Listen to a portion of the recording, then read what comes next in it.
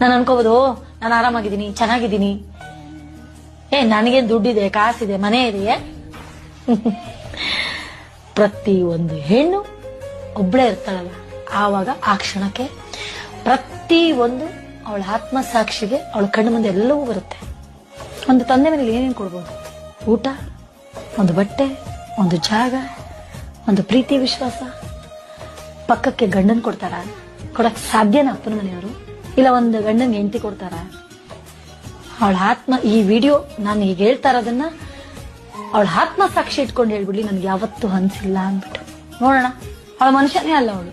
ಅನುಭವ ಆಗದೆ ಹೆಂಗಿರುತ್ತೆ? ದುಡ್ಡಿರುತ್ತೆ, ಓಡಾಡ್ತಾಳೆ, ಕಾಸಿರುತ್ತೆ, ಬಟ್ಟೆ ಹಾಕೋತಾರೆ, ಕಾರಲ್ಲಿ ಓಡಾಡ್ತಾರೆ, ಊರೆಲ್ಲ ಸುತ್ಕೊಂಡು ಬರ್ತಾರೆ, ಬಂದು ಒಬ್ಳೆ ಕುತ್ಕೋತಾಳಲ್ಲ ಅವಳಲ್ಲ. ಆಗ ಒಂದು ಗಂಡಿನ ಬೆಲೆ ಅವಳು ಗೊತ್ತಾಗತ್ತೆ.